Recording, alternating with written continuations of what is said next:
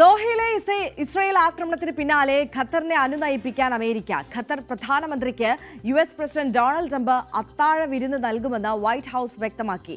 ചർച്ചകളിൽ US പ്രത്യേക പ്രതിനിധി സ്റ്റീവ് വിറ്റ്കോഫും പങ്കെടുക്കും. US സന്ദർശനത്തിനെത്തിയ ഖത്തർ പ്രധാനമന്ത്രി വൈസ് പ്രസിഡന്റ് JD വാൻസുമായി കൂടിക്കാഴ്ച നടത്തി. MG മിഥുൻ കൂടുതൽ വിവരങ്ങളുമായി നമുക്കൊപ്പം തുടരുന്നുണ്ട്. മിഥുൻ, നമുക്കറിയാം ഖത്തറിൽ ഇസ്രായേൽ നടത്തിയ ആക്രമണം അത് അമേരിക്ക പോലും കടുത്ത ഭാഷയിൽ വിമർശിച്ചതാണ്. നമുക്കറിയാം ഇസ്രായേലിനെ ഏത് ഘട്ടത്തിലും എപ്പോഴും സംരക്ഷിക്കുകയും അനുകൂലമായ നിലപാടെടുക്കുകയും ഒക്കെ ചെയ്തിരുന്ന അമേരിക്കയ്ക്ക് പോലും അതൊരു ഞെട്ടൽ ഉളവാക്കിയ കാര്യമാണ്. അപ്പോൾ ഈ ഒരു വിഷയത്തിൽ അനുനയത്തിന് മധ്യസ്ഥതയ്ക്ക് ട്രംപ് തന്നെ അമേരിക്ക തന്നെ മുൻകൈ എടുക്കുന്നു എന്നാണോ? അതിലൊരു പ്രധാനപ്പെട്ട കാര്യമുണ്ട്. അതായത് പ്രത്യേകിച്ച് US-മായി ഇത്തരത്തിൽ GCC രാജ്യങ്ങൾ, പ്രത്യേകിച്ച് അറബ് രാജ്യങ്ങളൊക്കെ വലിയ ബന്ധം പുലർത്തുന്നവരാണ്. അതിലേറ്റവും പ്രധാനപ്പെട്ട കാര്യം എന്ന് പറയുന്നത് മറ്റ് രാജ്യങ്ങൾക്ക് നിന്നുള്ള ഭീഷണി അത് ഒഴിവാക്കുക എന്നുള്ളതാണ്. അതായത് അമേരിക്കയുടെ പിന്തുണയുണ്ടെങ്കിൽ ഇസ്രായേൽ പോലുള്ള മറ്റ് രാജ്യങ്ങളിൽ നിന്ന് ഈ ഒരു പശ്ചിമേഷ്യയിലുള്ള മറ്റ് രാജ്യങ്ങളിൽ നിന്ന് തന്നെ തങ്ങളെ ആക്രമണം ഉണ്ടാകില്ല, തങ്ങളുടെ രാജ്യത്തേക്ക് ഒരു തരത്തിലും ആക്രമണം ഉണ്ടാകില്ല എന്നൊരു പ്രതീക്ഷ അല്ലെങ്കിൽ അങ്ങനെ ഒരു രീതിയിലുള്ള കാര്യങ്ങളായിരുന്നു മുൻകാലങ്ങളിലുണ്ടായിരുന്നത്. പക്ഷെ അതിന് ഒരു കരുനിഴൽ വീഴ്ത്തുന്ന സാഹചര്യമാണ് ഖത്തറിലെ ദോഹയിൽ ഇസ്രായേലിന്റെ ആക്രമണം ഉണ്ടായതോടെ വീഴുകയും ചെയ്തത്. അതുകൊണ്ട് തന്നെ യുഎസിന് ഇത്തരത്തിൽ ഈ രാജ്യങ്ങളെ സംരക്ഷിക്കാനായില്ല എന്നുള്ളൊരു പ്രതീതി കൂടി ഇപ്പോൾ സൃഷ്ടിച്ചു വരികയും ചെയ്യുന്നു. അതുകൊണ്ട് തന്നെ US-നാണ് ഇക്കാര്യത്തിൽ ഏറ്റവും കൂടുതൽ മുൻകൈ എടുത്ത് പ്രവർത്തിക്കേണ്ടത്, പ്രത്യേകിച്ച് ഈ GCC രാജ്യങ്ങളെ അനുനയിപ്പിക്കേണ്ടതുള്ളത്.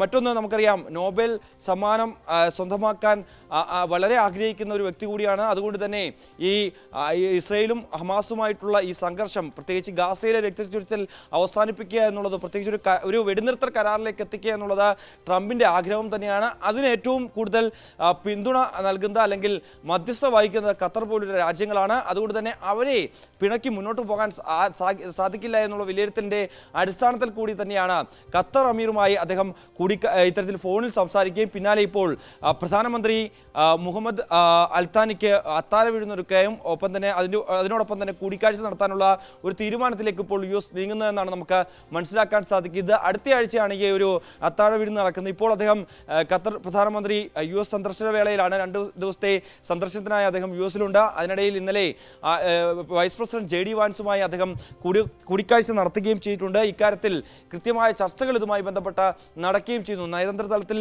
വലിയ ചർച്ചകൾ നടക്കേണ്ട സാഹചര്യമാണ്. ഒപ്പം പ്രത്യേകിച്ച് തിങ്കളാഴ്ച ഉച്ചകോടി നടക്കാൻ പോവുകയാണ്. GCC രാജ്യങ്ങളിലെ ഇസ്രായേലിന് മേൽ കടുത്ത നടപടികൾ സ്വീകരിക്കണമെന്നുള്ള ഒരു നിലപാടിൽ ഉറച്ചു നിൽക്കുകയാണ് അറബ് രാജ്യങ്ങളൊക്കെ ഉള്ളത്. ഒപ്പം തന്നെ ഈ മധ്യസ്ഥ ചർച്ചകൾ ഇനി അതുമായി ബന്ധപ്പെട്ട് മുന്നോട്ട് പോകണോ എന്നടക്കമുള്ള കാര്യങ്ങളിലും ഒരു നിലപാട് ഖത്തർ അറിയിക്കുമെന്നാണ് നമ്മൾ പ്രതീക്ഷിക്കുകയും ചെയ്യുന്നത്. അക്കാര്യങ്ങളിലൊക്കെ ഇനിയുള്ള ചർച്ചകളിൽ വ്യക്തത വരുമെന്നാണ് നമുക്ക് മനസ്സിലാക്കാൻ സാധിക്കുന്നത്. അതുകൊണ്ട് തന്നെ വളരെ നിർണായകമായിട്ടുള്ള ചർച്ചകൾക്ക് തന്നെയാണ് US ഇപ്പോൾ കോപ്പ് കൂട്ടുകയും ചെയ്യുന്നത്. മറ്റൊന്ന്, ഇപ്പോഴും ഈ ഒരു സാഹചര്യം നിലനിൽക്കുമ്പോൾ പോലും തന്നെ ഇസ്രായേലിന്റെ പ്രകോപനം ഇപ്പോഴും ഉണ്ടാകുന്നുണ്ട് എന്നുള്ളത് തന്നെയാണ്.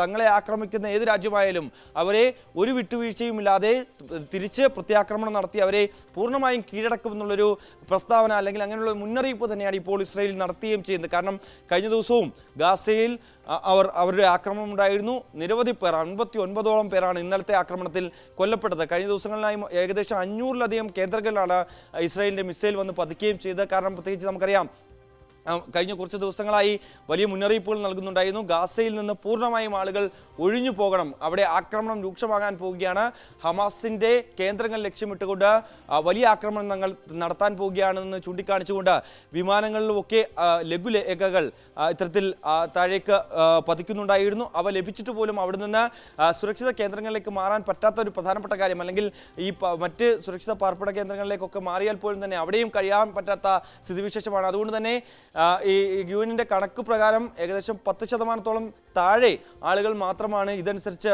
അവിടെ നിന്ന് മാറിയിട്ടുള്ളത്. മറ്റുള്ളവർ ഇപ്പോഴും ഗാസ സിറ്റിയിൽ തന്നെ തുടരുന്നൊരു പശ്ചാത്തലമാണ്. അവിടെ ഇപ്പോഴും ബോംബ് വർഷം ഉണ്ടാകുന്നു എന്നുള്ളത് തന്നെ വളരെ ഭയാനകരമായിട്ടുള്ള സ്ഥിതിവിശേഷത്തിലേക്ക് കാര്യങ്ങൾ പോകുന്നു എന്ന് തന്നെ വേണം നമുക്ക് കരുതാൻ. എന്തായാലും വരും മണിക്കൂറുകളിലും ഇസ്രായേലിന്റെ ഭാഗത്തു നിന്ന് സമാനമായ രീതിയിലുള്ള ആക്രമണം ഉണ്ടാകുമെന്ന് ഉള്ള ഒരു വിലയിരുത്തലുണ്ട്. മറ്റൊന്ന്, യമനിലും സമാനമായ ആക്രമണം ഉണ്ടാകുന്നു. യമനിൽ നടത്തിയ ആക്രമണത്തിൽ ഡെത്ത് ടോൾ ഇപ്പോഴും ഉയർന്നുകൊണ്ടിരിക്കുകയാണ്. അവിടെ ഉൾപ്പെടെ 65 മുകളിലേക്ക് മരണസംഖ്യ ഉയരുകയും ചെയ്തു.